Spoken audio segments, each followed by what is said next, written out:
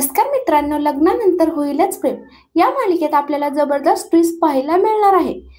आता जीवाने आणि काव्याने त्यांचा भूतकाळ त्यांच्या पार्टनरला सांगितलेला असतो, म्हणजे पार्थ आणि नंदिनीला सांगितलेला असतो।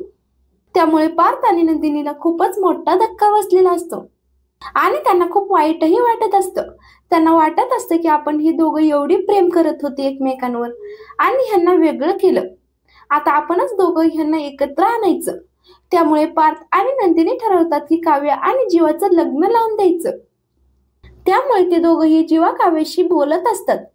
त्यावर जीवा मात्र त्या लग्नाला नकार देत असतो, परंतु नंदिनी त्याला तयार करते आणि म्हणत असते तुम्हाला हे लग्न करायलाच पाहिजे, कारण तुमचं काव्यावर खूप प्रेम आहे आणि काव्याचंही तुमच्यावर खूप प्रेम आहे।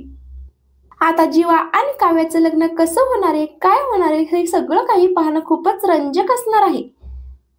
अशाच मालिकेंचे पुढील अपडेट्स पाहण्यासाठी आपल्या चॅनलला नक्की सबस्क्राईब करा। धन्यवाद।